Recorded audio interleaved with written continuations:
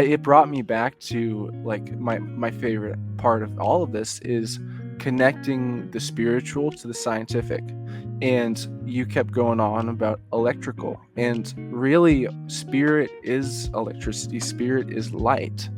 And when we take this electrical connection and realize that our whole body is an electrical battery, essentially, and that's holding the spiritual charge of our being, and when we have lower electrical voltage, that's where we start to have issues. And so we raise the electrical amount or the voltage inside of our bodies, and that's when you start to be able to have these unlocked new abilities and all these things you're talking about. And welcome to the Consciousness of the Way. I am your humble servant and seafood Taoist Master San Qing. And I have a really powerful, insightful, conscious creator here today at the podcast. I've been looking forward to this conversation, and the interweb has not been our friend. And finally, we beat it down to a pulp. And here we are having our convo, having our merging of oneness. I want to welcome to the podcast Issac Layzell, a polymath. Humbly, I had to extract that from him, but definitely a creator using the numbers and the integration of the numbers, identifying the universe, and being able to speak this language in a way that can help the conscious seeker find themselves, return to who they are. And it comes in the sacred geometry and all the forms that it represents to identify who you are. Welcome to the podcast, my dear friend. Thank you so much for having me. I can't wait to talk. Yeah, it's going to be exciting. So why don't we dip right in and give us a little taste where you came from and how you got to this realization that this is your bag, baby. This is the stuff that gets you all fuzzy. That is a long story, starting essentially from birth. But really, so my name's Issac Layzell, as you said. I have a business called Orgonite, and if anybody doesn't know what the technology of Orgonite is it is a composite mixture of steel, copper, epoxy, and resin, all combined together in a specific vibrational form to create a natural amplifier and harmonizer of energies all around. I originally grew up in a very, people can call it extreme, Christian faith. And so I was learning how to essentially remote view, speak in tongues, do miraculous healings when I was like 4 or 5 years old. And so I was like, I remember sitting in my Sunday school class talking to my friends. I'm like, hey, I can tell you what your bedroom looks like if you just let me and tell me. And I'm like, I was just remote viewing. When I was like 5 years old, I saw miraculous healings take place in the church. And after about 18 roughly, a little bit later, I'm only 21 right now, but I had a couple awakenings, and like I was going really deep down in the conspiracy rabbit holes, learning all of the darkness that was in our society and in our world. And it didn't really mesh with my, it was like it's pretty extreme, but it was still a mainstream view of Christianity and of the spiritual world. And so I got really distraught and depressed. I was pretty upset about things. I thought like the revelation times were coming and the world was gonna just burn. And then there's like even Christians, like they say like, oh, but Jesus is gonna come back and this and that. But there's still so much fear and so much darkness related to that. There's a lot of despair attached to it. And I eventually found a wonderful man named Chris Bledsoe. And Chris Bledsoe is a man who has had encounters with these beings of light and these different spiritual entities in the last 15 years and has had experiences with these specific beings. One specifically known as, he calls her the Lady, but she's known as Hathor or the Divine Mother, many other things throughout history, and gave him multiple different words of knowledge and encouragement, saying that there's going to be a great awakening happening in the consciousness of humanity, specifically in the next few years, that we were shifting into a new age, and that humanity would be presented with a new knowledge. And I'm one of those types of people that wants to know everything about everything. So I'm like, what is this new knowledge that I don't yet know? So I start going super deep into everything that I possibly can. I looked into ether, and then that one specific idea of ether and the science and spirituality used to be mixed, and then it got taken away from us. That opened up a whole new can of worms into so many other things. And so I started learning about resonance, vibration, the different spiritual sciences, many different alternative sciences that have been occulted from us in the last while and is consistently being suppressed. And one of those major technologies that I learned about was called orgone energy. And a man named Wilhelm Reich, who invented this technology called, or he didn't invent it, he rediscovered, because this was a previous knowledge that our ancients knew about, this underlying energy principle that exists in all things. One thing that people don't understand is that we are all made of orgone energy. Orgone energy is what is constituting everything in existence, but it's just a matter if it is in a state of harmony and balance, or if it is in lack of orgone energy, or you have the imbalance or the darkness or etc. Fill it in the blank or whatever you want to call it. It's all really the same thing. So yeah. Amen to that, brother. Yeah, I'm digging it. Yeah, you know, from a Taoist seeker's path, you would probably identify that as the mother, which is more refined as this substance that is not distorted with this reality. So, anything that we identify with or perceive or create, from a light to wave to matter to particle realization of your attention intention, forming this 3D world that you are ingesting, is cut from the mother, cut from perfection. And I could have a very healthy conversation about someone going, "There's no such thing as perfection." Oh, damn straight there is. You might call it God, Buddha, universe, Orgon, energy. We just call it good old fashioned Tao. And that substance is so different in its resonance. And so I think this is something that I'd love you to share with the audience. When you create something from your attention intention, it forms into energy, perceived as something material, perceived as a tangible or intangible state. And then from that has a vibration. From that vibration has a frequency. From the frequency, if met with the right resonance, oh, yes, it will be yours. Oh, yes, it will. The ring, my precious, the golden ring. So tell me how you tap into that. They're great. You mentioned great conductors of energy or resonance that can hold a charge from what you're speaking of within this construct that you've created a business around and maintaining that resonance. I would love to hear more about that. Yeah, so the really cool thing is that you honestly, let's separate this into two different categories. You have the physical ideas of the technology and how it works, but then behind that, underneath those levels, you also have the spiritual impartation of your own energies into your creation, and that creation is going to imbue that resonance, that vibration of what you intended to put into it. You, as a Taoist master, you understand that you can do specific, like you can do healings, you can do energy work just through your own intention. And that is something that's completely separate from the ideas of the technology itself. So when you combine the two of them, when you have the actual spiritual technology, the energy that is able to be amplified, if I had, let's say, just like a robot build one of my pieces, and I were to create some system, it would still have some sort of energy attached to it, because everything in the universe is all energy, everything is that same divine spark and connection. But it's not going to have the intention and love, and it's not going to have the energy that I impart onto the device itself.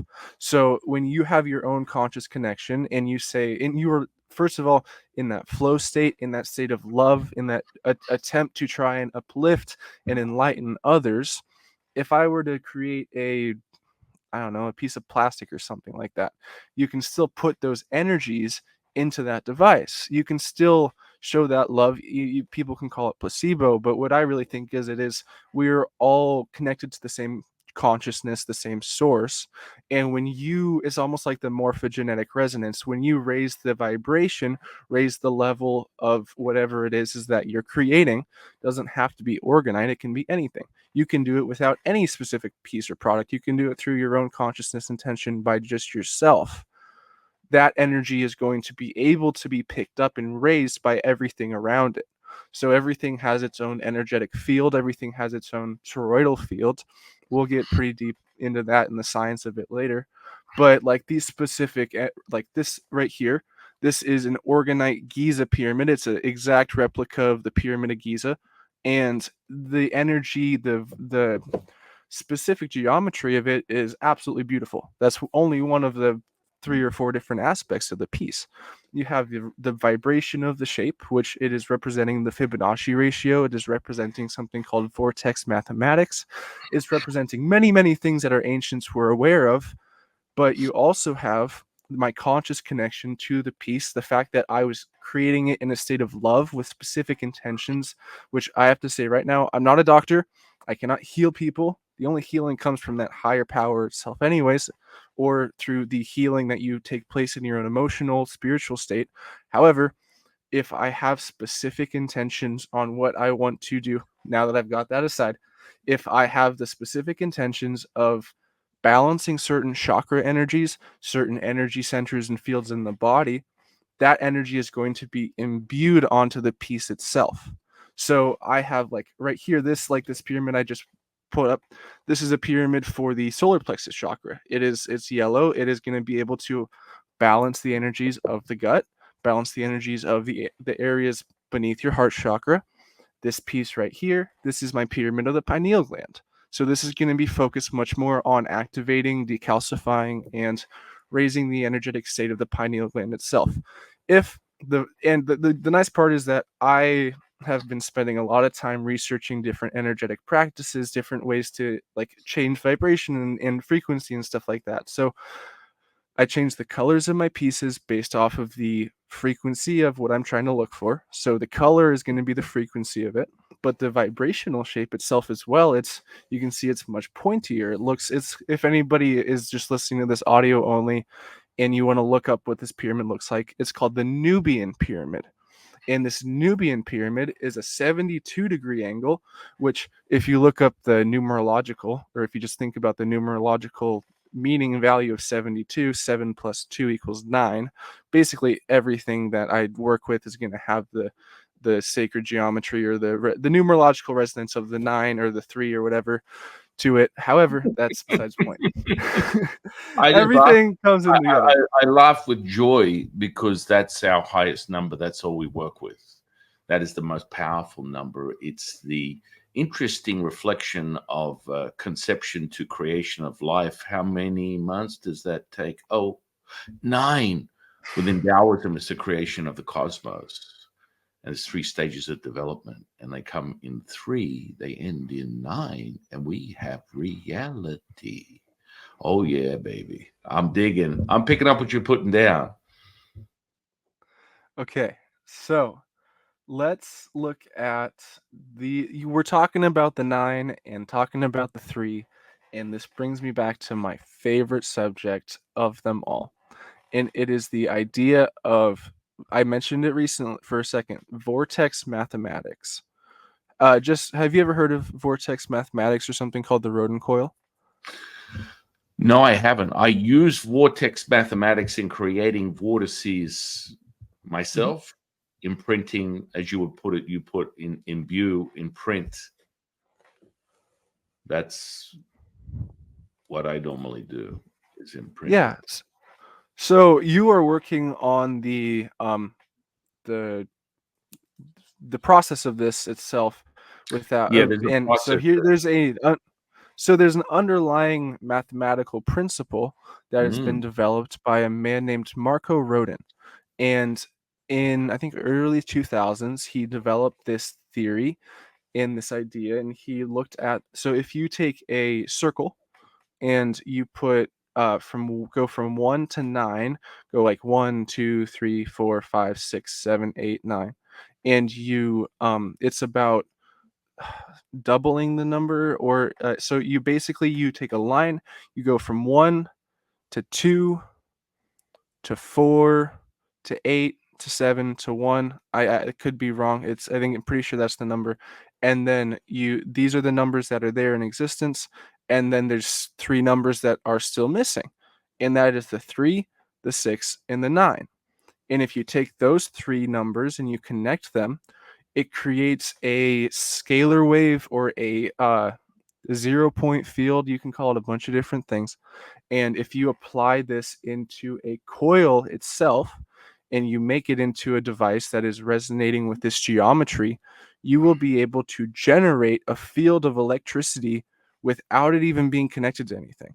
It is tapping into the underlying energetic levels of all of our reality, and using this, you call it theoretical, but it's not really theoretical anymore, but this mathematical understanding, this principle, and you utilize it in many, you can use it many different things.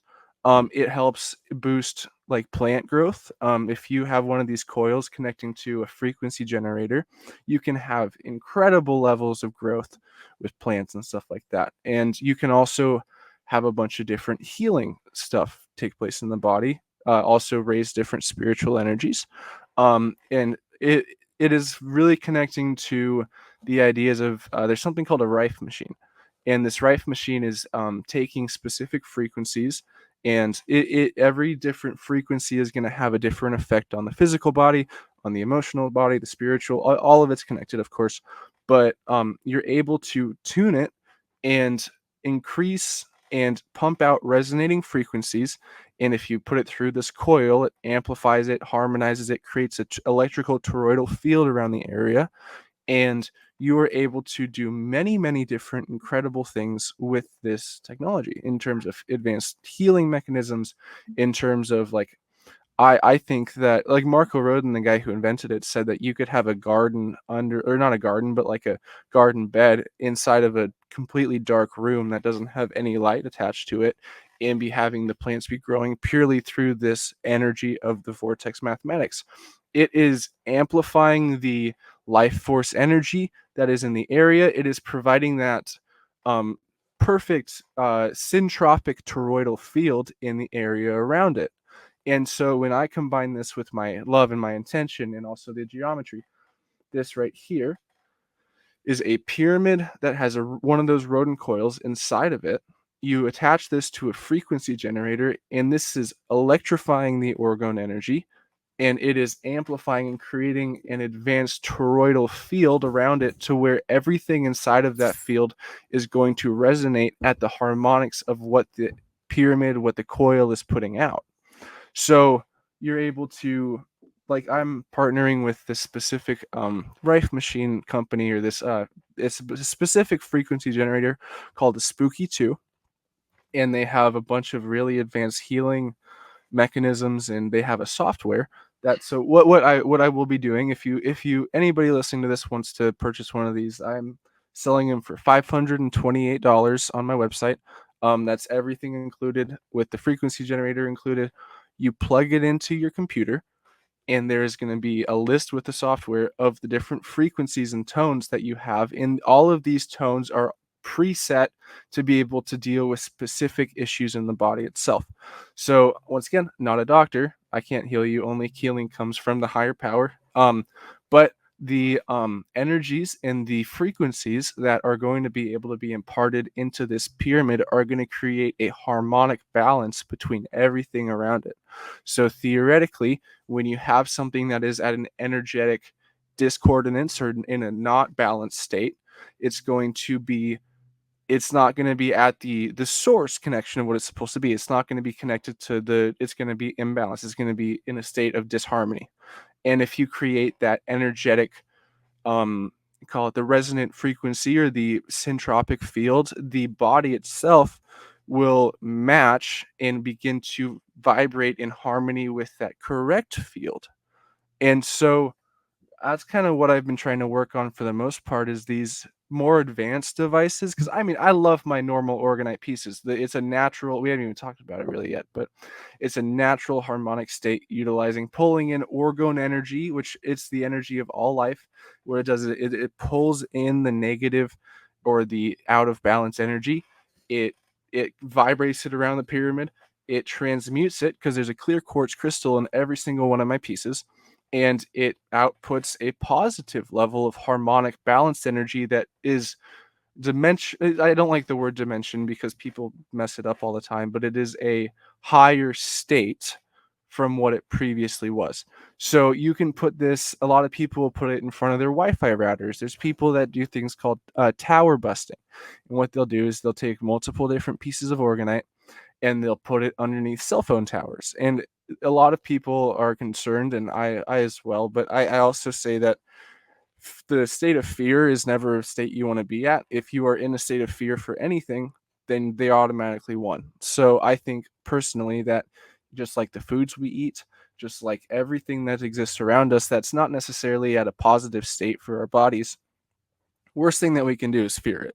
That's going to create an out of balance energetic state within us that then that negative energy state that we are absorbing is going to be able to match. So it's going to lower our electrical potential, our orgone potential, whatever you want to call it.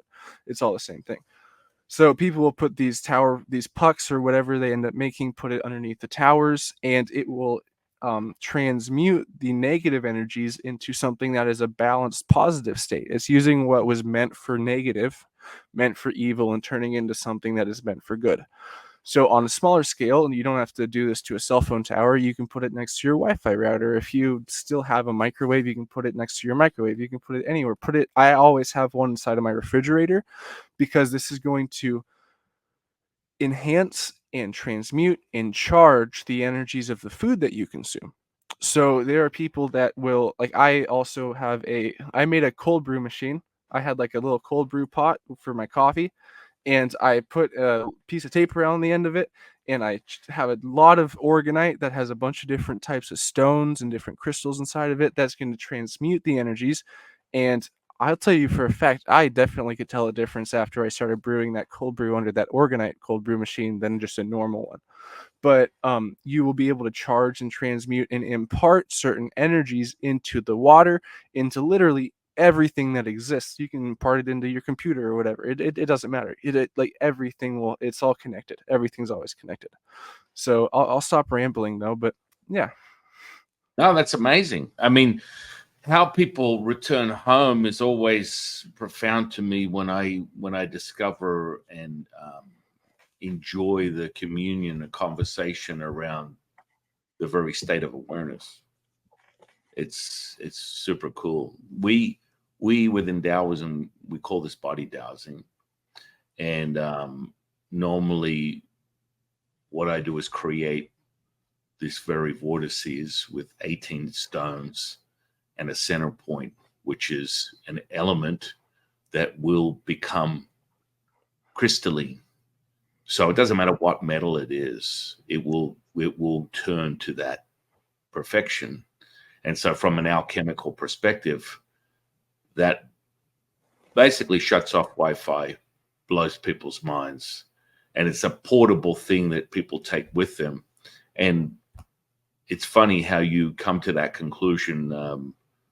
Rosenberg or whoever you found that created this specific understanding with that numerology is something that, you know, ancient indigenous practices of attuning themselves to this very understanding of the nature of reality for thousands of years. Something that, like that, which we call the Taoist rites, part of that. Yeah, you put it anywhere. You know, you got soil that's shit, it will all of a sudden you will grow anything. And most commonly, it's a Wi-Fi buster. It just destroys the Wi-Fi, and people are like, I can't really do anything other than get high as a kite with this stuff around. And you know, it's a part of that power of attuning yourself, but there's something more to that. So we use in our chemical processes to develop those skills internally, and you're basically like a factory of plutonium, frequency. and you put it out. And Yeah. I've actually had another guy on the channel a while back, German guy out of San Diego or something, and he develops these. I don't know, I can't remember, biofield. They're like they're made out of really fancy metals, and Hmm. they're in the form of a square, and they have a base plate. And he talks about proprietary imprinting from some Buddhist monk or something of that nature. And they're but attuning, the objects that you've shown me, I have a great deal of fun getting high as a kite, feeling the transmission from those particular objects. And strangely enough, they have an opposite effect on the attunement of this vehicle. So your pineal one really opens up the heart. The geyser, is it geyser? What's that? The pyramid from Giza. Yeah. yeah, Giza. That totally blows up what I call this. Well, what we refer to as the three treasures, which is the Oh, pineal, really? pituitary, and thalamus, and that Hmm. that that hits the what we call the upper dantian for me, the elixir, the energy field, which is just nuts. Now, that attunement, everything you're saying, I validate within my own practices and what I teach people to be able to acquire. It's 100% real. This is just for the audience to understand all the stuff that Isaac is talking about, all the stuff that he's producing is 1,000,000%, 1,000,000,000% real. Now, I have disciple students, 126's subscribers that listen to this podcast, because when I have a conversation with the audience and it's a visceral conversation. Like the energy that you're sort of feeling in your hands and your legs is the evidence of that. Now it's starting to creep a little bit up in your upper back chest area. How do I know this? Because I can see it and feel it if I choose to. And this is part of just the sensory perception I put under the blanket of training. A lot of people get into the semantics of, well, this is clairvoyance, this is mediumship channeling. I just throw it under the same, title, and you acquire that skill and that chill that you're starting to really refine and go, haha, wow. Yeah, because it's all energy, man. It's all Yeah. energy. And when you can acquire it, it's like at will. A lot of people don't realize how powerful that is. Everything that Isaac is saying is so tangible. It's like, holy crap. All the devices that you're producing, you clearly have probably a community of people that are taking advantage of this technology that you've tapped into, and your attention, as you would put it, your love. Within Taoism, we call it Wu Wei. You might have heard of some guy back in the 70s. He called it the flow. Bruce Lee, he was a Hmm. Taoist student of a Taoist Oh, wow. teacher. And he sort of coined that consciousness word and the flow. We just call it Wu Wei. Wu Wei is effortless action, effortless effort, Hmm. right? Yeah. And you acquire that through what we call the Wu Ji, which is between the breath in and the breath out, the center point. As some people within, sacred geometry, what is it? Vesica, the Vesica point, the center point. Yeah. Yeah. Right, right. That's where there within Taoism, the simplicity of all things within your journey as the Taoist seeker is it's your reality is the bellows. So it's the polarizing effect of the electromagnetism of this 3D reality, and your acquired sensory perception or knowing is that center point. And once you acquire the Wu Ji, you access the mother of all things, the Tao, and that is completely in line with what you're talking about, the 9, 3, and 6, because it really adds up to 18, and we mirror that. Our divine scripture is called the Tao Te Ching. Within Taoism, we call it the magical register. And every incantation, which someone would perceive as a verse, is a very access point to that consciousness. It has 81 levels to it. It has a frequency, a shape, and a color that comes with each one. And when you read it, you have a visceral kinesthetic response that goes, holy crap, I don't know what this is, but my whole body is vibrating. And so this is part of how powerful scripture is, right? Your Yeah. resonance at a subatomic level, whether it's Tao Te Ching, the Dharma of the Bible, Quran, whatever it is that you're oscillating with, it will Mhm. present itself in the tuning fork of your reality, this physical body. And this is why, more people like yourself returning to that default, the servitude, the selflessness, and being able to share this incredible ability to give them access points to reset themselves, as we call it within Taoism, to return to the knowing. It's almost parallel to, I would say the closest thing to Taoism is Gnosticism, to know thyself, self-realization. And once you get there, you become the alchemical fun factory. That's where the secret sauce that I teach people, doing all supernatural stuff, levitating, bringing the resonance into return, so people see miracles, instant healing, manifestation, magic. This is all part of just this. Instead of it just being a device, you are the device. And Yeah, so when for sure. you enter a room, your resonance alters everything. So you will always be polarized by two things. There will always be a dualistic response to your presence, because that's what everyone's subject to. So they're either going to love you or hate you. That's how it works until otherwise noted, until you find that center point, or alternatively, they find that center point. And sometimes Yeah. people just don't want to, they're not ready. Their resistance to their incarnation is, I don't want to remember. I just want to materialize the material and be in this deluded state of now, which my dear friend Martin, the Buddhist monk, would say the dukkha. We're observing the dukkha that is the now moment. That's that point where you're no place, person, or thing. That's where the juice comes in from a Taoist perspective. So when you Yeah. share all this stuff and I'm getting high as a kite, you're moving your hands around, moving the objects around, and I'm getting super expanded. Woo! And like you and I Yeah. are starting to oscillate now, right? Like, so Yeah. you're Oh, you're I totally feel it. Yeah.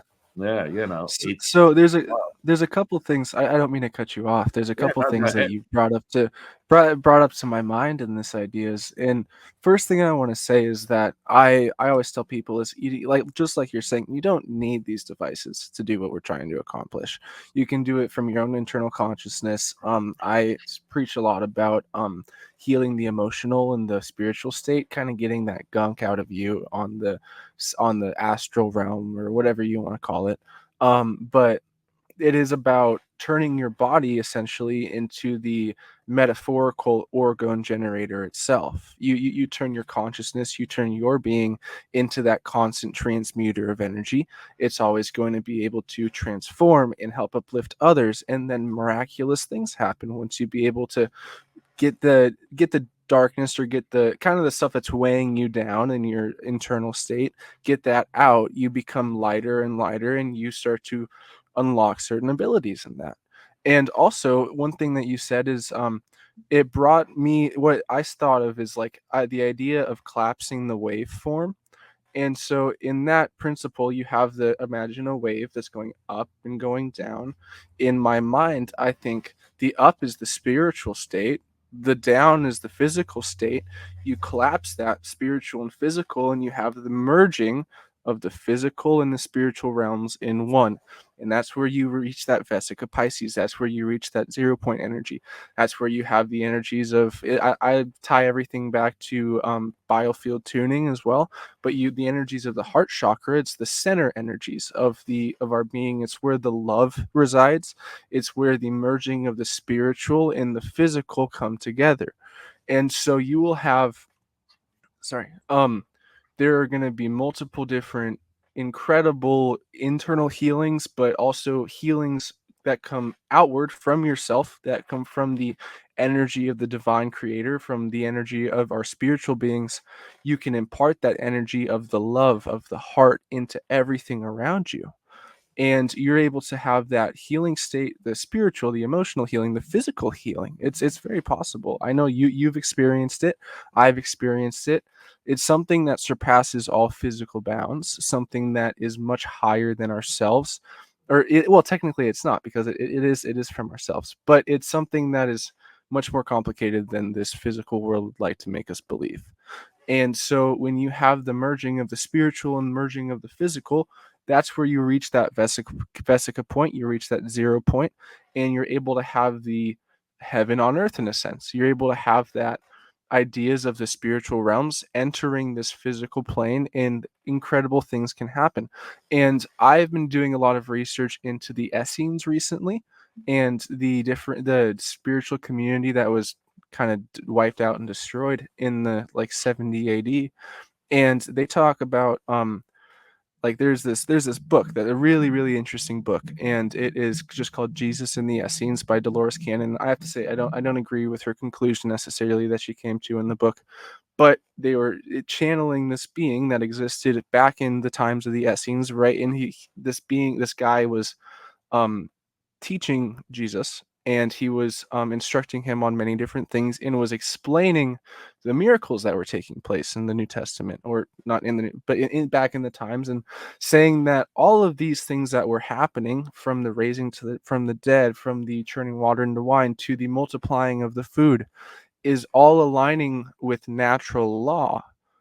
You just don't understand natural law and the effect that being a spiritual being and having that love and the energy, how that imparts onto people. When you are aligning with that law, the spiritual law of love, spiritual law of upliftment, you are able to accomplish so many more things than you previously thought you were capable of, because you are aligning that spirit with the matter, and realizing that there really is no difference. It's all connected, as above, so below.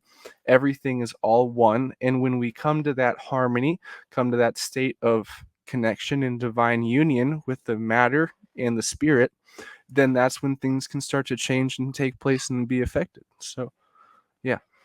Amen to that, brother. That brings me to, one of my teachers, Jed Emperor. The highest level of ascension within Taoism is direct source channeling, spiritual new age language. You might call it Akashic records, holds of a Mm-hmm. mente, whatever you want to call it. Yeah. I had that first experience over 30 years ago. I've been teaching people channeling and internal alchemy for about 30 years as a Taoist priest. And this, yeah, that chill you got, you're like, oh, shit. Oh, that is really the self-realization, right? So normally we go from physical body, energetic body, spiritual body, sun body, earth body, moon body, oneness body, ultimate, and then being with all things. Booyah, you have been realized. You have returned to the center point. You are now right there.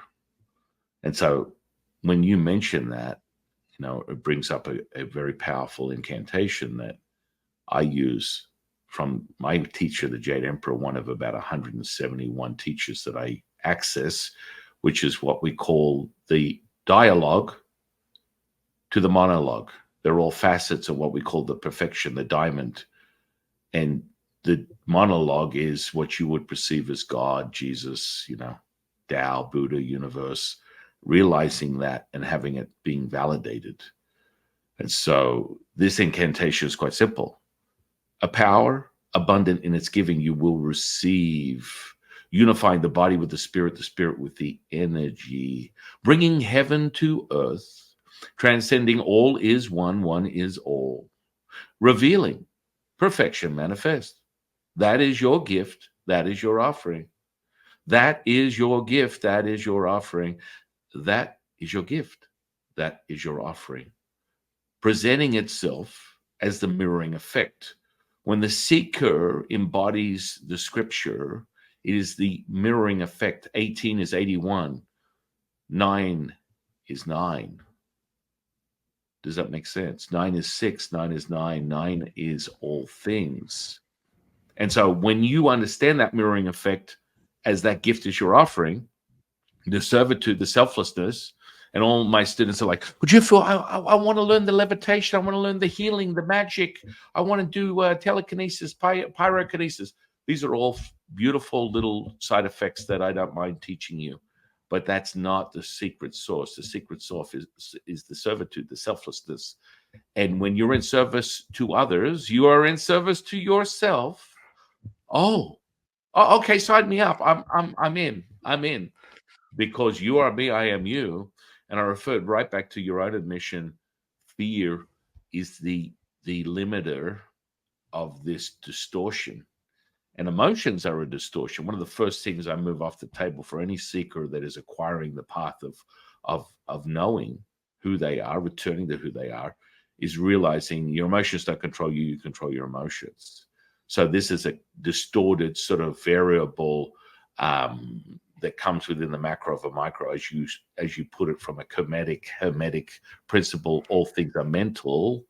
This understanding that you are the universe is you, within any sort of ancient Eastern practices, dated right back to one of my teachers, the Yellow Emperor, who, through his own admission, created the Chinese landscape as you know it through his relationship with the universe, the whispers of the universe, and how he was magnetized to the earth for 18 days and nights and downloaded the whole Chinese culture, including Taoist alchemy, and it transmutes into a contemporary form that would be a watered down version of traditional Chinese medicine, understanding there's certain layers of energetic potential, and then that fortified and realized once you activate that energetic body, all bets are off, baby.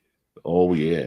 Once you get into the juice, once you become your own alchemist, you can start separating the electric from magnetic. Yes, I've had the fun days of getting people to stand on a wet cloth and shocking them with electric charges that I've generated from my lower dantian, going, wow, aren't I special?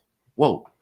And, at a certain point, that resetting is exciting, but it's not lackluster, but you sort of put it to the side and go, okay, there's nothing more exciting for me than to witness physical, mental, emotional healing and spiritual healing.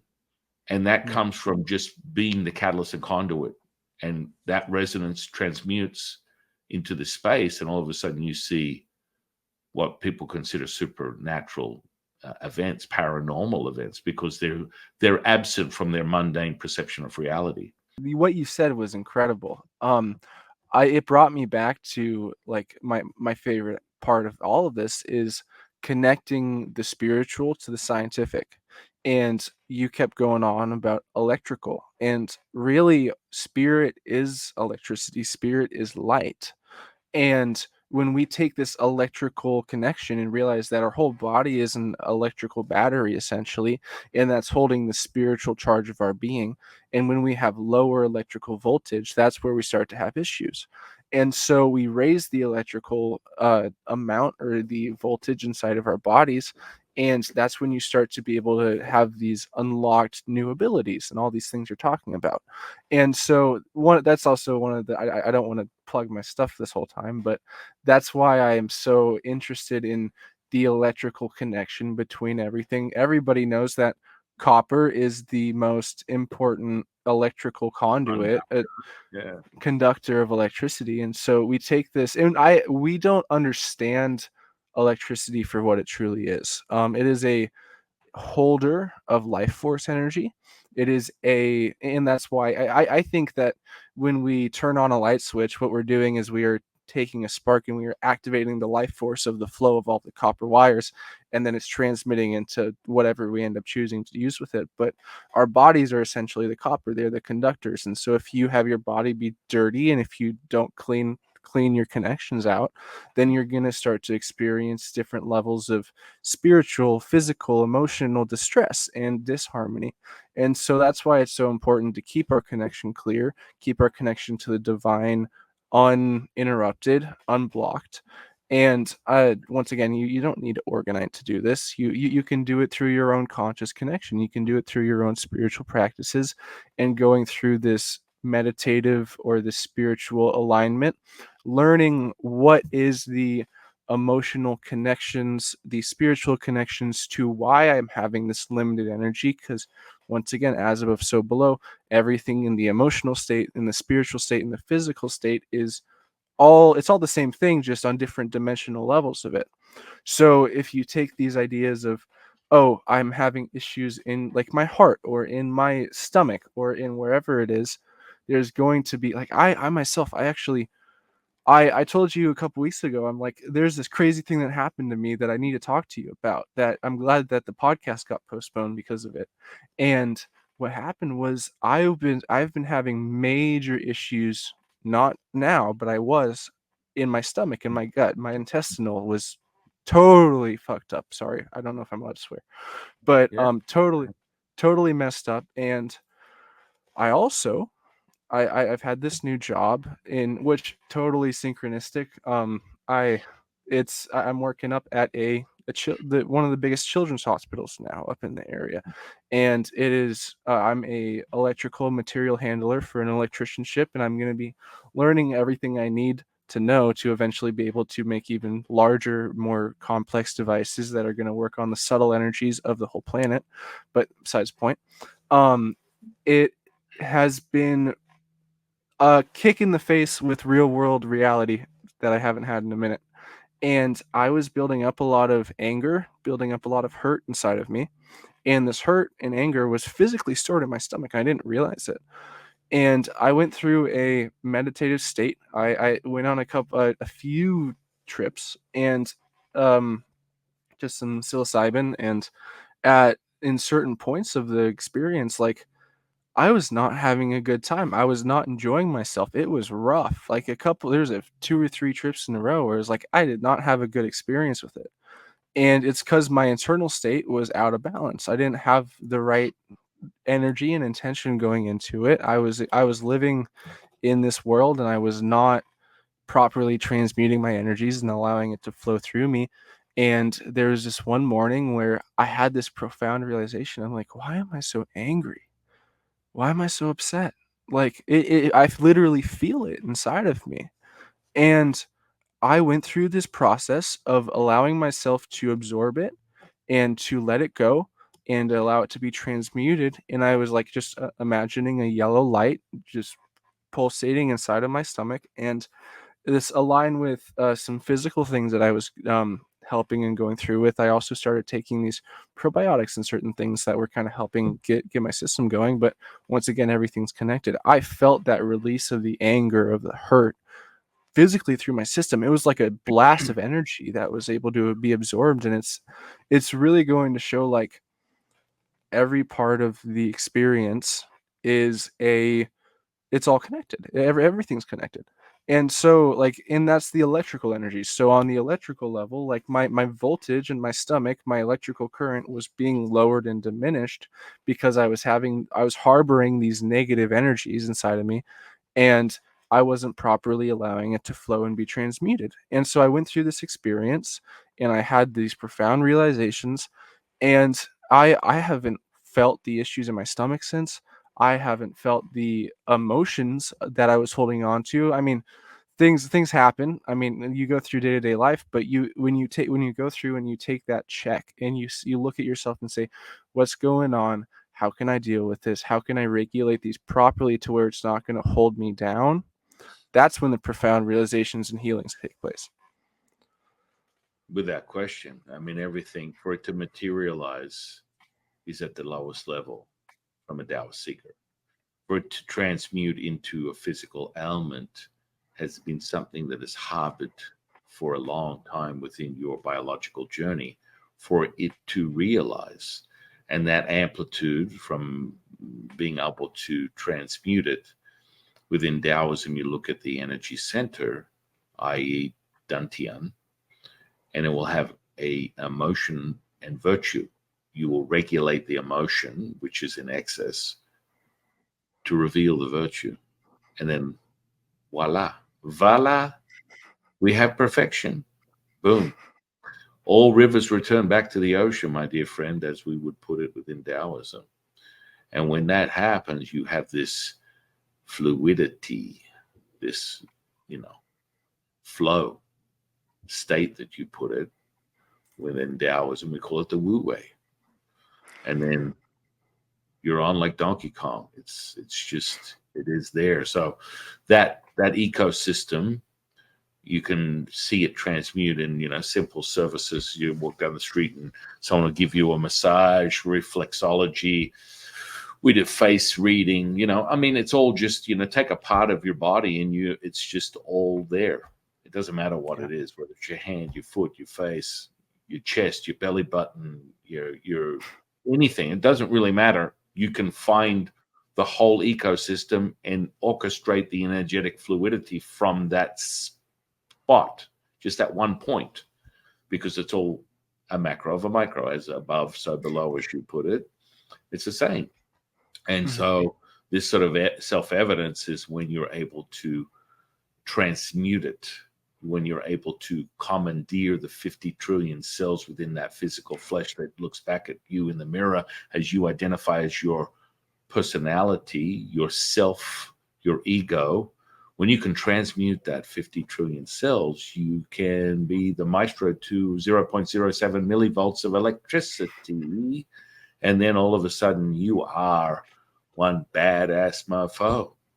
And you can then move the energy any way you want, move it any way you want. And this is part of why Taoist alchemy is so sexy to most people and people pursue it, because we have the secret source. Well, personally, me as a teacher, I have it. I've yet to see anyone reveal any sort of system that even comes close to it. I mean, I see traits of Rosicrucianism or Rosicrucian path of development as being alchemical processes that could potentially, but they still resort back to Taoism because it's all within the three major Dantians. You reveal the, basically the elixir field, the cinnabar field from that connective. Upper Dantian is the light and the sun. Middle Dantian is the earth and the information. Lower Dantian is the moon and the energy, which goes in contradiction to any sort of alchemical processes. And that's why everyone gets screwed up and people go, uh-huh, because that's the secret source. We never reveal it. I don't mind revealing it. I don't mind showing people how to do it, but they get all caught up in the fire because that's really how people perceive that. That's God's energy, the heat. Yet we're talking about the mother. The mother is the magnetism, the fluidity, the the primordial mother, which is a reflection of the father. The father is a reflection of the mother. This is identified as yin and yang, but all the source comes back to the yin, baby. And God's energy, the yang, is present, but most people pursue it. They get obsessed with it and they burn themselves out. So I always ask people, the first thing I get to is, let's get down with the get down. How do you feel at the end of the day? Well, I'm a massage therapist. I'm an accountant. I'm a judge. I'm a janitor. I'm a light worker. I'm a Vedic guru. I'm a guru. I'm a yogi. I'm a whatever. I'm tired. Okay. Well, you have disconnected yourself.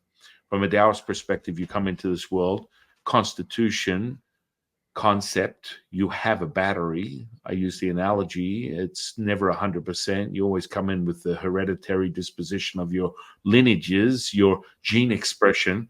And so most people come in at 80%. The powerful thing with Taoism is you have the alchemical processes of developing that battery to 100, and from 100 to 1,000, from 1,000 to 9,000. Mm. And then all of a sudden, once that is set in stone, you've fortified that electrical potential, energetic potential. You then are given the ability to access the mother. That means you're abundant, timeless, endless, limitless, infinite. So when people give you this nonsense that abstaining from sex and not eating red meat and hopping on one foot and only believing in things on a full moon is that is a limitation of the true understanding of the now moment, which doesn't come with a place, person, or thing. And you And can, Another limitation is the I'm a this, I'm a light Hmm. worker, I'm a practitioner, I'm a judge, whatever, all the stuff you said. Putting a label on yourself, that in its own is a limitation. You are not that. You are not what you do. You are much, much more than that. And if you limit yourself to say, I'm just a judge, I'm just a this, I'm just a guy who I personally I'm just a guy who gives materials to all the electricians who do certain things. And like that's not who I am. That's what I'm choosing in the moment to do. Maybe it's a way to make income, maybe it's a way to help others. That your who you are, your true self, your identity surpasses all things in this physical reality even. It's not what you do as an occupation. It's not what you do in your day-to-day time. I'm a father, I'm a husband personally, but that's not who I am. I am much more than that. I have taken on these ideas, taken on these responsibilities. I've taken on these paths to continue to pursue what I want to do in this life. But that does not mean that that defines who you are. And as soon as you start to put those limitations on yourself, your subconscious mind, your being will form to that. And all it takes is the limitation being removed to say, I am this limitless energetic being, and going through these different processes to allow yourself to understand and fulfill what that really means. That's where you start to have these profound realizations. Booyah. And that's what we call the bellows. So you're contracting and expanding all the time. So what does that mean? You're all things and nothing at the same time. And that's where people go, what the does that mean, Yeah. bro? Brah, what does that mean? Well, it's all conceptual for most. It's sort of talking head propaganda for many people because that's where the energetic potential is so critical. And that's why I always return people to understanding the very fundamentals and developing those skills. Because without cultivating that, it is a psychotic episode for most people. It's transitory. I just had a fleeting moment. I talked to my grandma. I got a vision. I hear ghosts. I see spirits. I'm all these things. Listen, 30 years ago, when I had someone come into me with a psychotic episode, and one of the very fundamental skills through my lineages as a Taoist priest in two lineages of Taoism. One of them is exorcisms. And so people would come to me and I would just regulate the energy. That's all it is. Remember, whatever you're perceiving in your reality is your creation. You are the master keeper creator of that. So if you see boogeymen, if Freddy Krueger's real to you, if all these energy centers are all of a sudden obscured and they're commandeering your very essence, be careful what you wish for. And so then you identify what you would perceive as a personality disorder, a potential something in the category of psychotic is nothing more than what it truly is, which is energetic. But you have to have the ability to access that, or it's nothing more than nonsense. It doesn't become Yeah. tangible. The actual effects of it. So potentially we're all these things. But I'm an 80s guy, so I'll take the Pepsi challenge with anyone. Show me. Show Yeah. me. It all comes down to the juice, baby. And when you can show people, all bets are off. Okay, we're not just populating people's minds with a psyop that could potentially be MK Ultra, and we're being commandeered in accessing our unconscious through some type of nonsensical word salad that is reflectant to the deeper nature of neuro linguistic programming. No, this is spiritual. This Yeah. is And you like what you said in the like psychotic in the definition of the word, they lay it out for you. It is an imbalance of the psyche, an imbalance of the mind. And you won't begin to come through and have these different healing experiences and begin to correct that until you acknowledge those imbalances inside of the mind. Everything is a manifestation of the internal state. I mean, we've said this so many times already. I'm repeating myself partially because it's so important. But this psychosis, it is imbalance of your mental state, and you just have to balance it again as soon as it's balanced again. And there's so many ways you can do that. I can choose to do that in as effective way as I possibly can by creating all of these devices that have my energy imbued onto it that I can send out to people. Or you can do it through these energetic healing practices by allowing people to come into awareness of what is going on of their internal state. Once they reach that awareness, they're able to regulate and filter that energy out, be able to get all of that, you call it the darkness, whatever you want to say. It's the stuff that is personally inside of you that you're holding on to, like we've already spoken about. You're able to get that regulated out of you and turn it into the balanced emotional state, the balanced spiritual state. And that's really, I mean, why I make all of this is I'm trying to help people come to grips with their emotions, come to grips with what's really going on in this idea of your psyche, in your mind, and realizing that all this stuff that's going on in the world, it's all a manifestation of our collective imbalances and the way that we look at things from a flawed perspective on a much more macrocosmic level. Just in the same way that we have our issues in our personal emotional state, on a higher level, on a level of the whole entire world, the world is a collective body. We are a collective consciousness. We are living currently really in our collective unconscious. We are like receding and returning back to our subconscious mind, letting the world just continue to go around us, and we are living in a state of reactionary. We're reacting to what's going on instead of saying, hey, we're going to take control of this. We're a collective body. We need to learn and filter out all of this trauma, all of these things that have been going on and affecting us. I mean, the last few years have been a clusterfuck of a bunch of different things that have been going on that have not been okay, and we're not coming to grips, and we're not realizing that we need to end these karmic cycles. And like, I have a podcast that I made a lot of episodes about a month ago, haven't really been releasing much recently because I feel like I burned myself out because I release so much, but it's called Conversations because I would record it on my way to work in the car. But one of the episodes was called Forgiving Hitler. And I'm not saying what you think I'm saying. What I'm saying is really the karmic debt or the karmic imbalance state that we had as a collective society is not going to be able to be released unless we enter that state of forgiveness and acceptance and love and transmute those energies of hatred into energies of positivity, energies of love. And if we don't do that, we will continue that karmic imbalance, and it'll just manifest into something else similar that's it's going to come a little later down the line. And you have this happening constantly. We don't know how to forgive and how to teach people the right ways. Instead, we punish people for their wrong ways, further enveloping these negative energies into our society. And so, what we need to start coming to grips with is that our reactions to these things that are happening in the world are continuing to manifest. And I'm not saying us specifically, obviously, but just the world as a whole. Our reactions to these events, the ways that we choose to deal with these negative things, are continuing to manifest the same outcomes in the future. I.e., a quantum model of understanding, a new language that I entertain once in a while, nothing to the deeper roots of reality, like ancient pictographs or oracle bone reading, which was the seed of the creation of the Chinese language as you know today, a contemporary to simplified version, which is, Mandarin to Cantonese.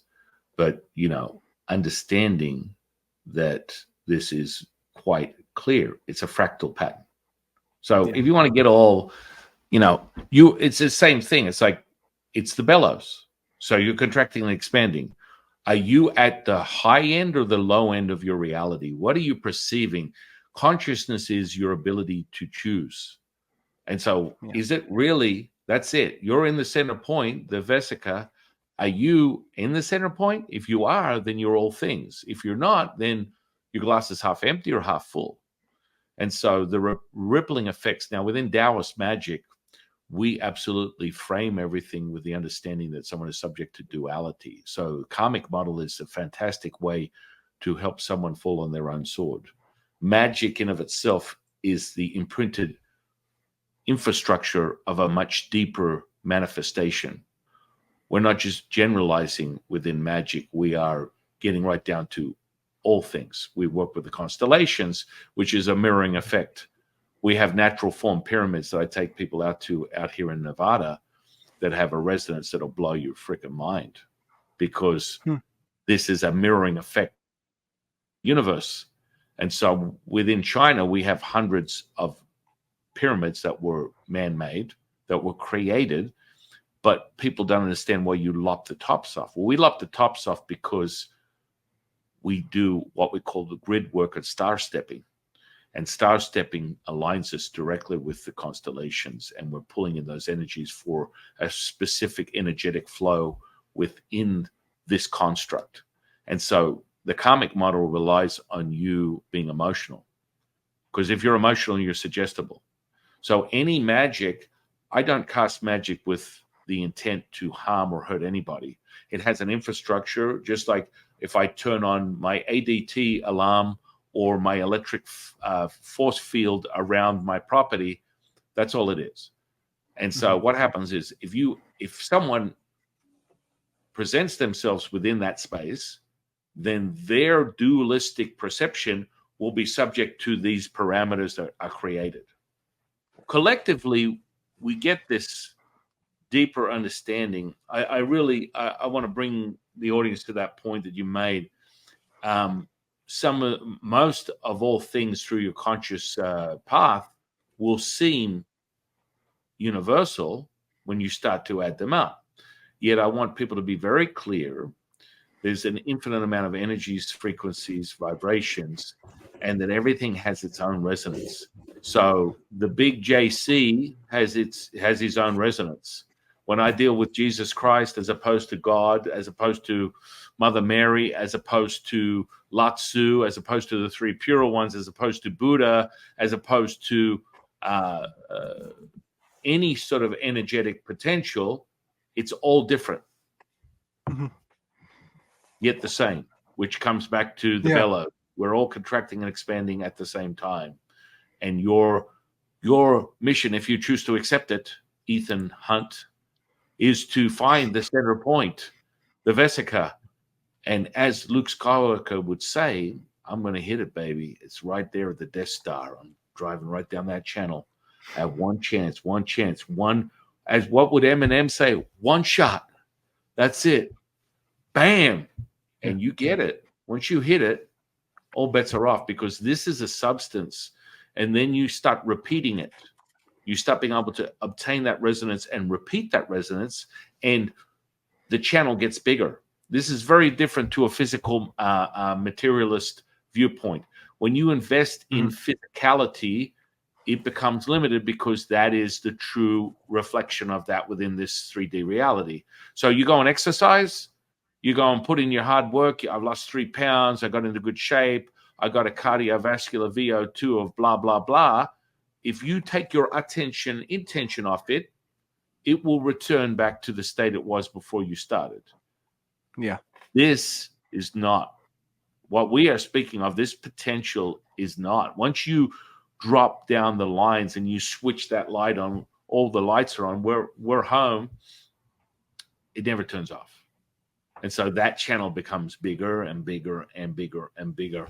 And from a neurological, neuroplasticity perspective, you can acquire that, creating new information energy highways, new synapses in the brain, activating something greater from a physical potential. But then again, I always remind people, if you come from physiology, psychology, neurology, religion, you are limited. You must understand, just as Isaac mentioned earlier, and just as I've mentioned a million times over, these are templates, right? You can gravitate to Taoism or not, but you're going to have your defining moment.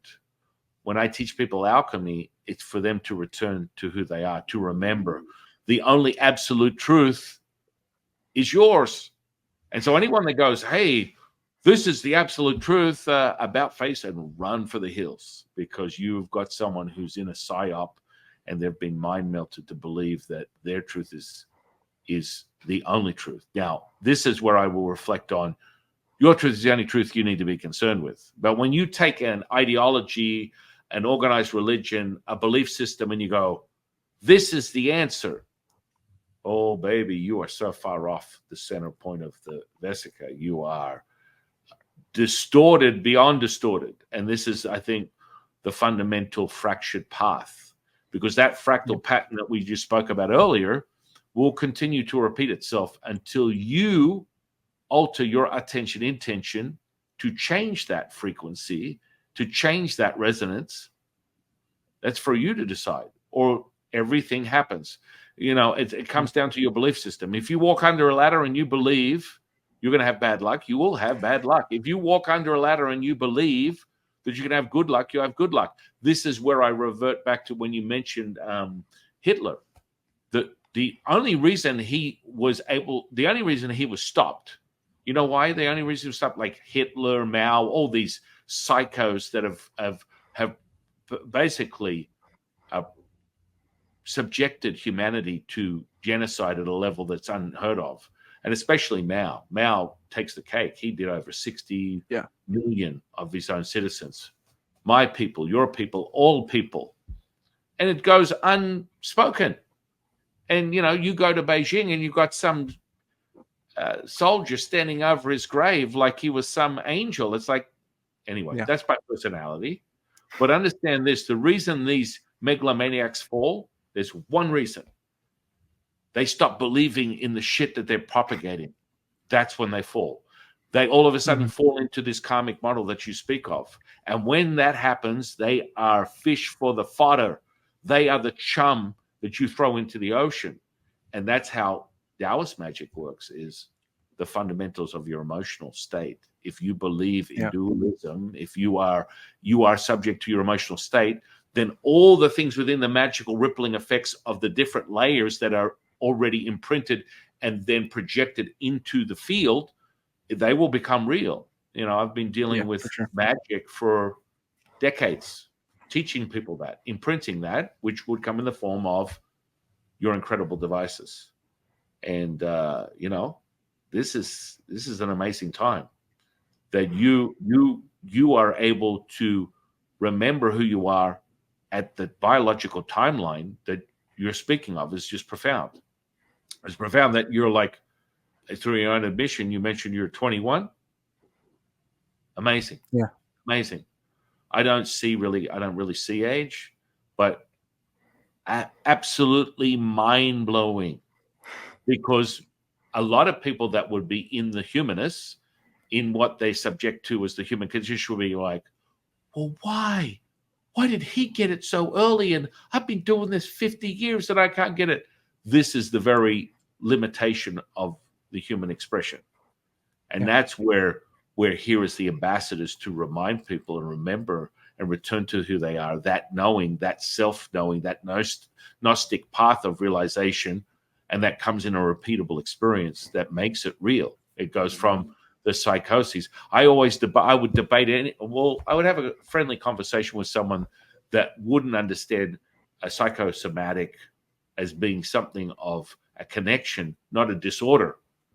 Yeah. From the psyche to the somatic response, right? Some distortion that comes from the mind that affects the physical body, which is two of the same. Mhm. Yet it's derogatory and demeaning to define someone as that, and most people will dismiss you by saying, "Yeah, you're psychosomatic. Yeah, yeah. You don't worry about it, bro. You're 3 cents short of a dollar." As Tubbs and Crockett from my favorite TV show from the 80s, Miami Vice. He left his groceries at the meat market, buddy. That's right. You are off center. You are not center. Yeah. But Yeah. that doesn't mean, for me, somatic is a symbiotic experience. And this is where people go, well, symbiotic, that sounds a little ominous. I mean, it's something living within something else, or they're creating an infrastructure together, ultimately the merging of one. Now, am Yeah. I a fan of Venom and Spider-Man? Yeah, so I'm going to throw that bad boy in there because it just makes sense to me. Now, you don't allow anything to commandeer your very state of awareness, but to do that, you must understand one thing. All thoughts of your mind are not yours. Oh, wow, that's a big pill to digest. That's one big, you want to take a big gulp on that one, because now you're off to the races. Now you have the curiosity to go, well, Jifu, whose are they if they're not mine? Well, Yeah. now we get down with the get down. Now we understand that the true essence of that realization is straight from the Jade Emperor. When you realize, when you believe, when you know you are not of this body, what can harm you? No, Nothing. nothing. Yeah. And the real amazing thing is that, yeah, I don't think the etymology this is going to really break down, but I'll explain what I'm trying to say. Everything in the universe is biotic in a sense. So everything is going to have an exchange. I don't know if that's the right exact way to do it. It's just a matter if you're symbiotic or not. If symbiosis, if anybody doesn't know the breaking down of that word, it's the mutual benefiting relationship between one exchange and another. So both sides will be benefited from this exchange. Everything always is going to have an exchange. No matter what, you're going to have an exchange with someone else. Maybe you benefit and the other person doesn't, or maybe you both are harmed by the interaction. It's always going to have an exchange. But when you reach that state of symbiosis, that is where that person that you're interacting with gets uplifted, gets benefited from that situation and exchange, and you also are benefited from that. So it's like the phrase, one of my buddies, his name Mark from My Family Thinks I'm Crazy podcast, he has a saying is a rising tide raises all ships. So everything around, if you are increasing that energetic resonance, you as well will be increased. Your state will be lifted, and at that point where you have that lifted state, you are going to be able to uplift others as well. And once again, I'll bring it back to you. You can't have that in negative energy, which we haven't even talked much about the science of orgone energy, which is totally fine. It's not necessary to understand it, especially when you're coming from the spiritual perspective. But Wilhelm Reich called it DOR, and it was deadly orgone energy, which is the energy you hold inside of yourself. We keep talking about it, but it's the negative energy that you need to constantly be transmuting. And so if you're holding on to this, if you essentially have this weight that's dragging you down all the time, you're not going to be able to enact that symbiosis and that positive relationship, because that DOR, that negative energy that you're holding onto yourself, is going to also be imparted in all of your exchanges, which is why you need to open up that vessel, open up that flow state. Like you're saying, that like it keeps getting bigger and bigger and bigger. The way that you do that is by allowing this negativity, this dark energy inside of yourself, that like that 20% you're born with, like you're saying, like your battery's at 80%. Well, that means there's 20% of that negative energy that's stuck inside of you from the very get-go. And most people, because we live in a transmutational realm where we're supposed to take in these negative energies so we know how to grow and learn from them, we have to be able to be constantly regulating that, constantly upturning that into something of a more positive state. And even if you're going through this state and you're a fully enlightened master, and you don't, like, you have all of the things figured out. First of all, you probably don't. Everybody's constantly in a state of eternal learning and eternal growth that never stops. I mean, I'm 21. I'm nowhere near to the point of where I would be able to consider myself that, but I know for a fact that everything that comes into my world, everything I experience, happens for a reason, happens because I'm meant to grow into the person that I'm meant to be. And when you start going into that area of flow, that's when the symbiosis takes place. Even if people around you are complete assholes, or if whatever's happening is not positive for you in your experience, finding what you can learn, what you can grow from that, and how to become in a state of, I honestly don't like the word state of enlightenment, but like a state of understanding, a state of gnosis, where you're able to still shine that light, even though you're going through the darkness of it. That is when the mutual beneficial symbiosis is going to take place. And when we start to raise that energetic resonance throughout our whole entire world, throughout every single person, it always takes place. It begins to take place inside of your own self, and then it'll begin to have a ripple effect, like a butterfly effect, essentially. Yeah, yeah. I mean, it comes right back to the Taoist understanding of the bellows. You're all things and nothing at the same time. Um, Taoism refers to yin and yang. We don't have good or bad, up or down, in or out. That would be subject to dualistic perception, which is a very material viewpoint because you are still subject to a 3D reality. But for you to observe a 3D, you're already standing in a 4D with your toe in a 5D. If you want to talk about, the psychotic state of uh, um, what we would call physics. And people are like, well, yeah, I'm not that sold on physics as a language that Mhm. seems to work and resonate with some. And I will resort to and use some evidence of that to help people understand it. I mean, we have a very ancient practice of cultivating the middle dantian, where the observer witnesses the death of a star and the rising of a red phoenix, which is the spirit energy that is the keeper of your emotional state of the heart center. And Mhm. from that, you reveal the black hole energy. And that is one of those that just sounds crazy. I don't understand that. And then I have students that are, PhDs and big brain on Brad all over the place with, grants for this and that and something else. And one of them came to me one day and he's like, Chifu, Chifu, I've been using this practices to manifest my reality, to do all these things. And guess what? I was given a project where I had to discover what was in the nucleus of a human cell. I was like, oh, Hmm. okay. You wouldn't believe what I found in the magical existence of the cell of the human being, the nucleus. Well, what is it? Black hole energy. That wouldn't come back to the 0 point, the scalar wave, the whole dude. This infrastructure, that charge you got right now is a ha elementary, my dear Watson, because this is what we come back to, man. We always come back to this realization. And so I would say this, that effect is choice. That effect Mhm. is realizing. And so the more you master that state, and this is always the entry level for any Taoist seeker, is that emotional state. I'll have Yeah. you humming like you know, the highest state of what you would consider awareness. It's not necessarily something that, and again, I would agree with you. Enlightenment is questionable. It's subject. It's kind of like love. Until otherwise noted, you are subject to your perception of love. That what does that mean? Yeah. Well, that means that love to you could be razor blades and bunny rabbits, and to me, it's unicorns and fairies and rainbows.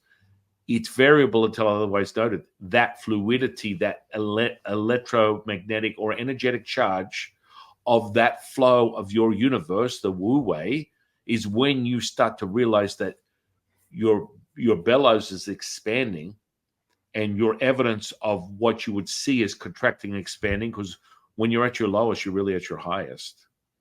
And people are like, what? Oh yeah, when you're deep in it, where you think, as you mentioned for your own admission, shadow work, negative energy, all that kind of stuff, you are right at the precipice of a fucking breakthrough, a goddamn wow moment, and that's where you go, oh my goodness, this is amazing. This I was just telling the audience. This is a testament to how powerful your products are. They're just blowing your internet up. There'll be no 5G up in here. No Wi-Fi No. separating your very essence and your state of consciousness from that. You're interfering with any potential lower frequency stuff. Boom, and I mean it happens quite often. To be quite honest, the audience is used to it. I guess, and like Uh, literally we blow it up because that's what happens. You got the yeah, we juice. got too much. Yeah, the resonance is too high. It won't work with these low vibrational systems. Yeah, yeah. I mean that's how we run. So yeah, I think Yeah. collectively we both are on the same page as we should Hmm. be in this path of self realization, and getting to know that through your own truth. Yeah. And I always tell people your truth is the only truth you need to be concerned with. And people are like, authoritarians would get very disturbed by that. You're trying to tell someone that however they think or feel is the truth. That's scary. People can just do and say as they please. Damn straight they can, because that happens to be your right. And the more you cultivate, the more you develop, all of a sudden it will it will return you to that remembrance, and you will have self-evidence of that in the form Yeah. of manifestation, magic, healing, something of that Yeah. nature, where it has to be repeatable. A repeatable self-evident experience is how you know. If you're thinking, you're not knowing. If you're knowing, you are feeling. And that's that visceral kinesthetic response. That's when you Yeah. know For you've sure. got the money. You're in the center point, the Vesica. Yeah, baby. Wu Wei, Wu Ji, Yeah. the mother. Yeah.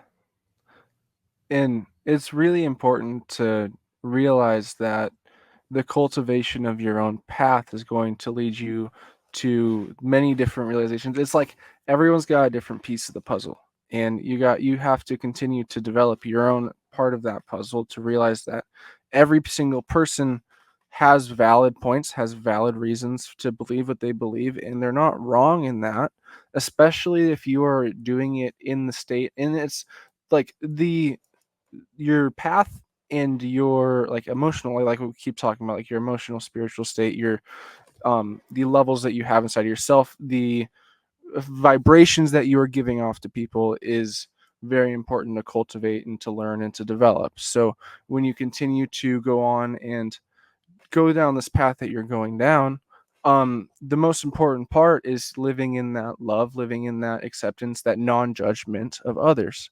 And if anything is blocking you and prohibiting you from doing that, if any self-limiting beliefs that you're holding on to, anything, any experiences or traumas that you've collected throughout this experience, those are the things that you're going to be able to start working on and essentially burning off.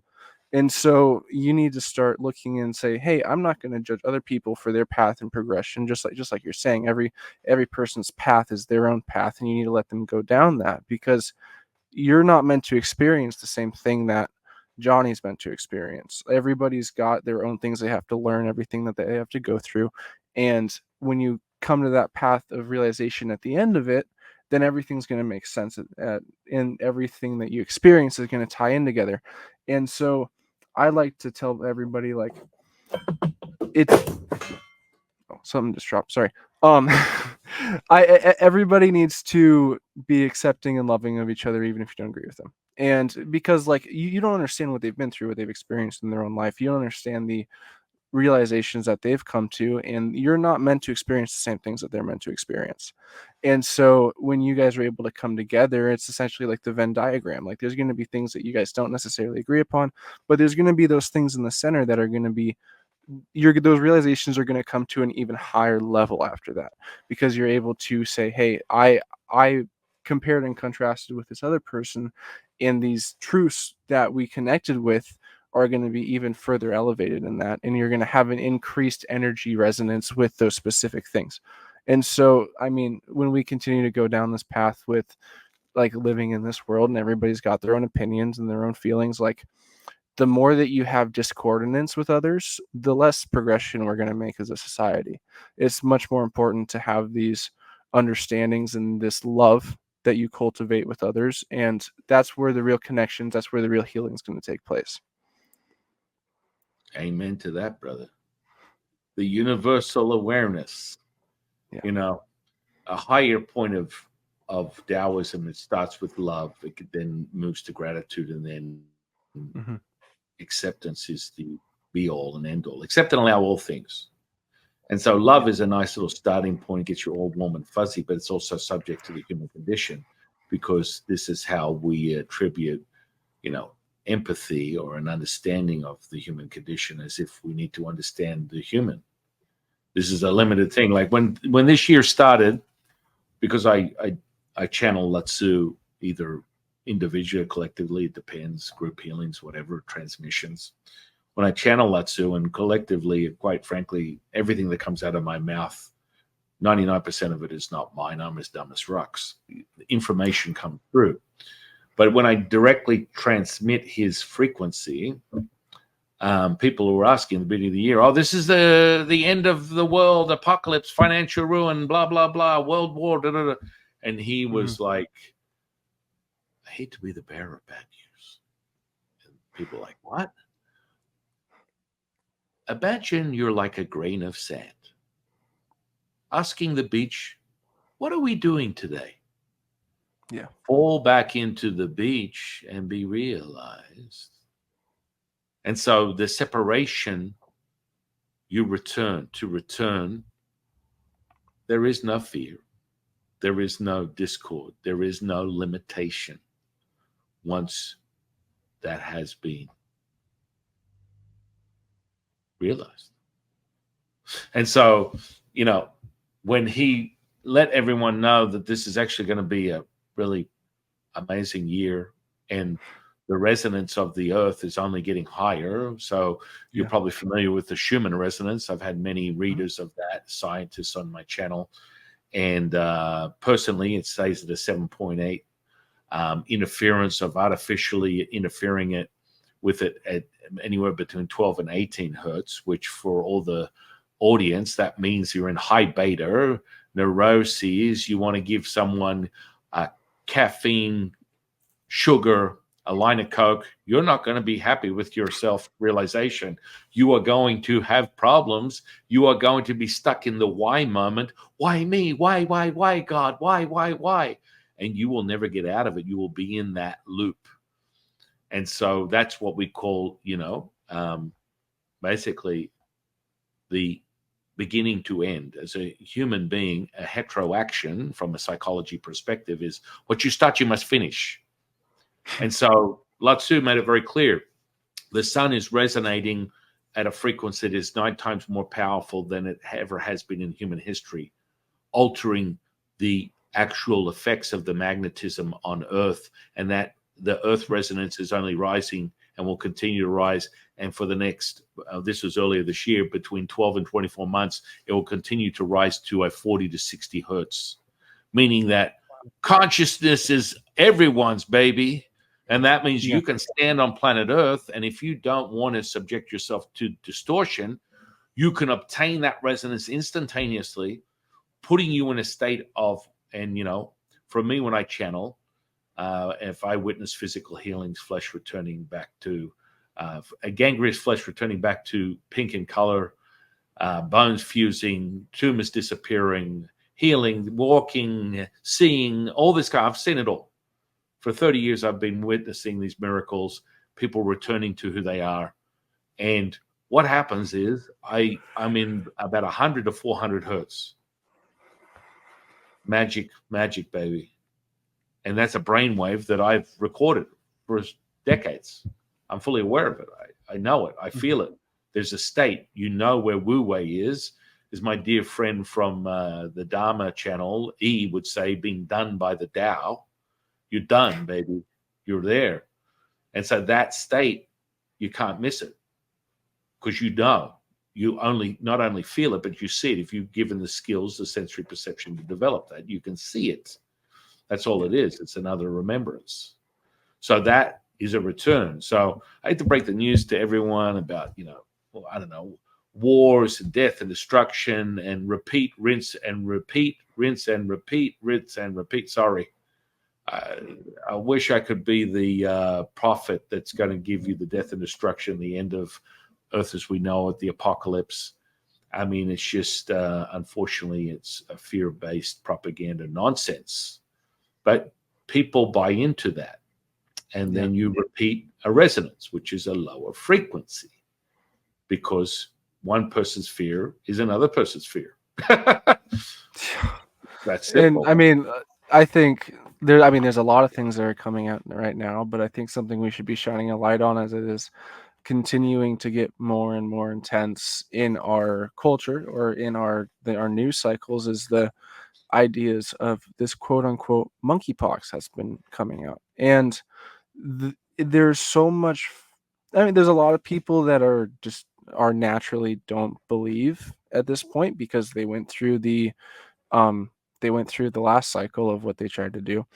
But this new fear mongering, it all starts with the fear. It all starts with the imbalanced emotional energetic state, the belief that there's a danger. When you believe there's a danger, you're susceptible to it, and you don't even really need to be in contact with it. You can manifest that within your own being just by the belief that it's there.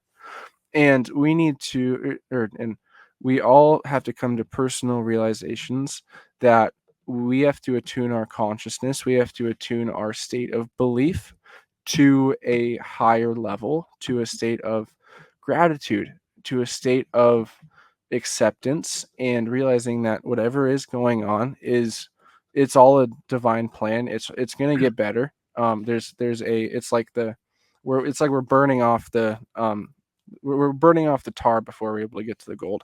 And we're, we need to be shining examples of, hey, we need to believe, we need to manifest this future that we know is there, and it's all gonna come from ourselves, from within.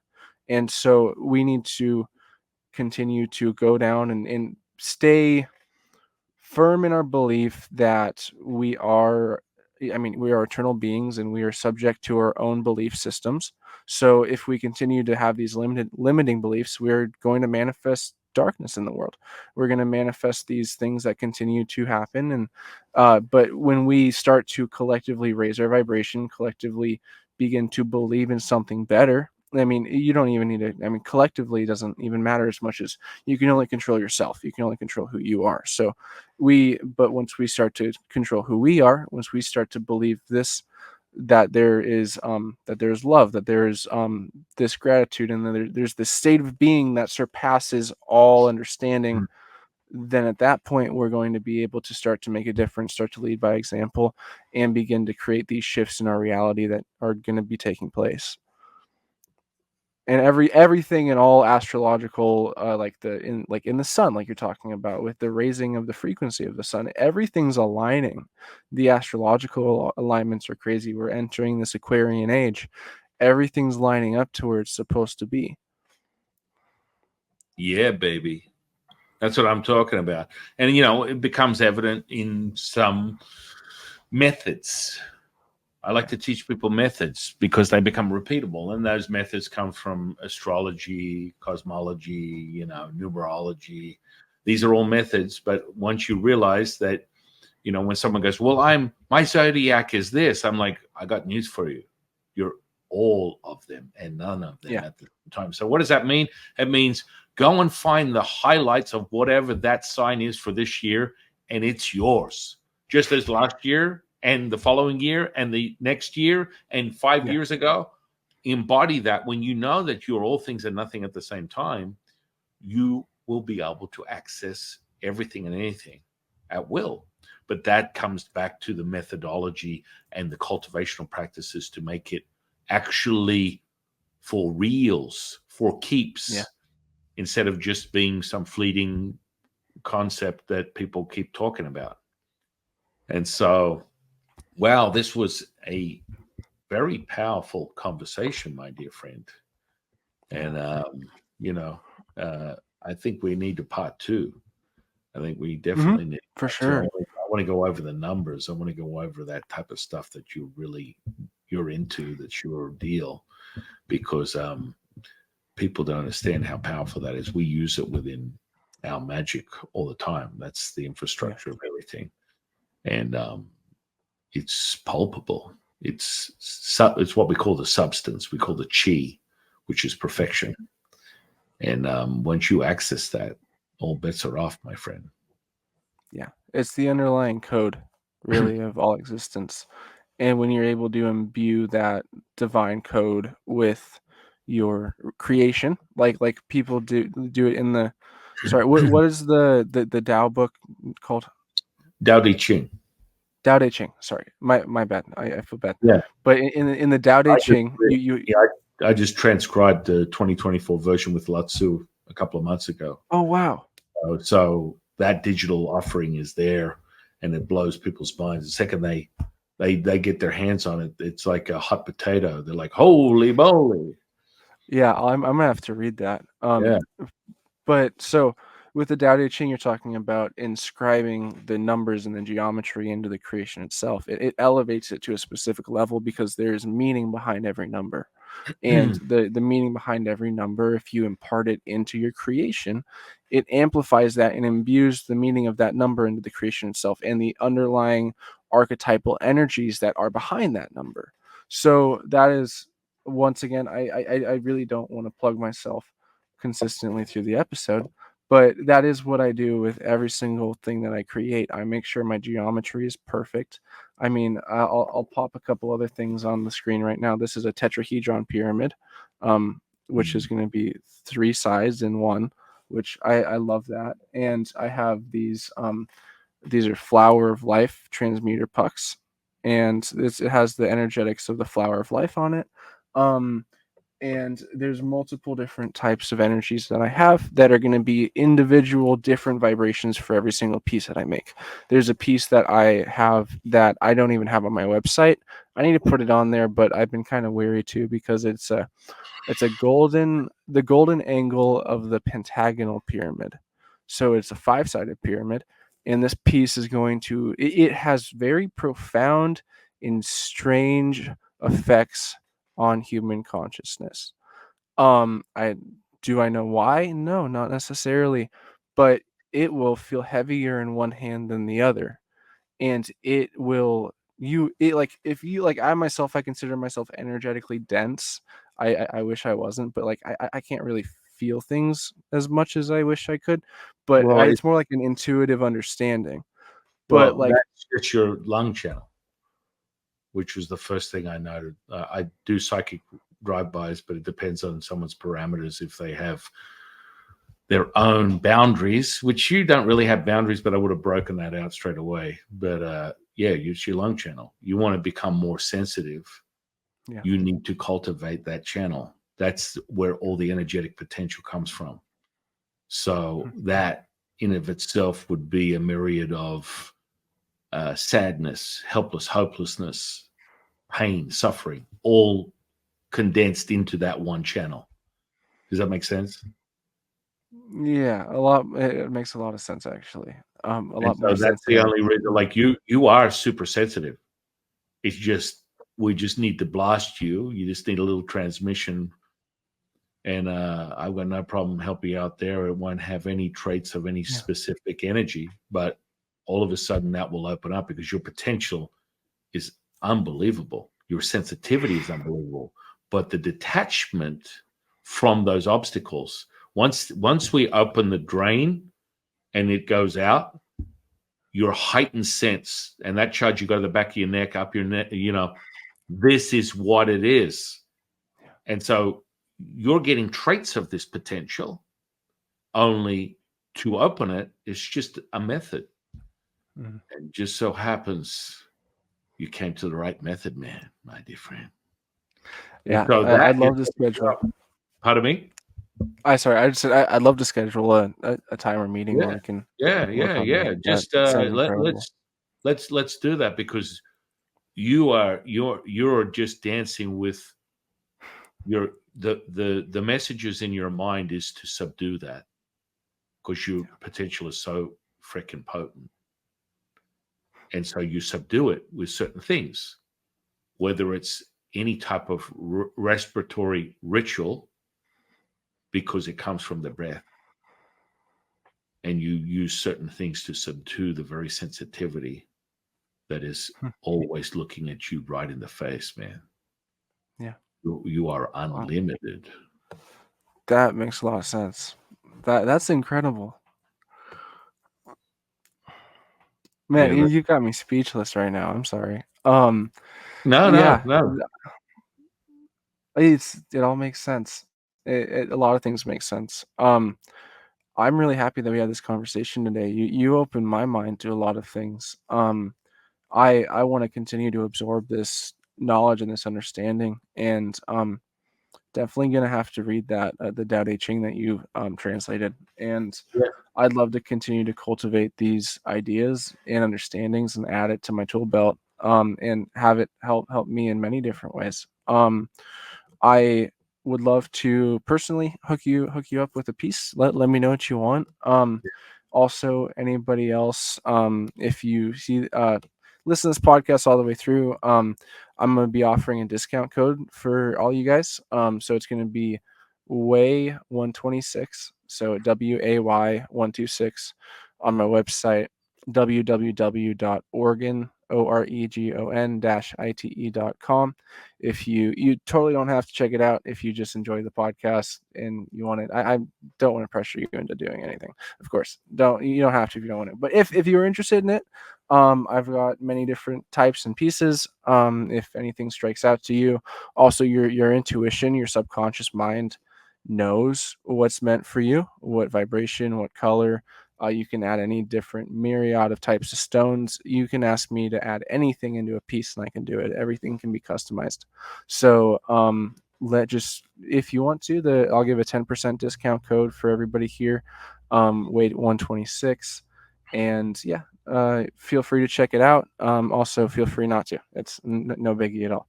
But So you thank you all for listening. Yeah, brother, you don't have to pressure people. I will. All my students, my disciples, my 126s, the subscribers, I want you to go out and check out Isaac's offerings. I want you to go to his website. All his social media is going to be under this podcast. And I'm just very grateful to have you in my stratosphere, brother. And what I want to say to you right now is one final question before the curtains. What is your definition of consciousness?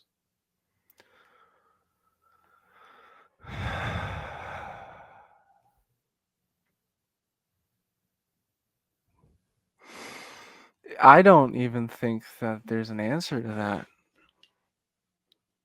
I think it's all that is and all you connect to. Consciousness is everything you choose to bring attention to. You're bringing attention to yourself. If you choose not to bring your attention to yourself, then you're not in a state of consciousness. Consciousness is all that exists, and it's more that like all our whole entire universe is just one consciousness. And if you choose to attune yourself to any of that, then that's going to be your state of consciousness. So your own consciousness and consciousness are two very different things, because it's what you put yourself into, it's what you put your belief, what you put your attention into. And so what I also try and do is I try and help people bring those states of unconsciousness to a state of awareness and to a state of being and state of what actually is. And the more that you bring that state of consciousness into your mind and into your own awareness, you can continue to expand more and more and more and more until you embody the consciousness of everything, the whole universe. It all depends on your own belief. Was that a good answer? That was beautiful, my friend. I've done hundreds of these podcasts, never got the same answer, and everyone is right. It's perfect. It's perfect for right here, right now. And so, on that note, I just want to thank you for sharing your time with me today. I really appreciate you. Yeah. Thank you so much for having me. It was a pleasure. It was amazing. We're going to do a part 2, so keep that in mind, audience. Part 2 is coming. And on that note, I want to thank Isaac. I want to thank the universe for bringing him into my life. I want to thank the audience for sharing their time with us today. And I am your humble servant and Sifu Taoist Master San Qing. And I'll see you on the next one, guys.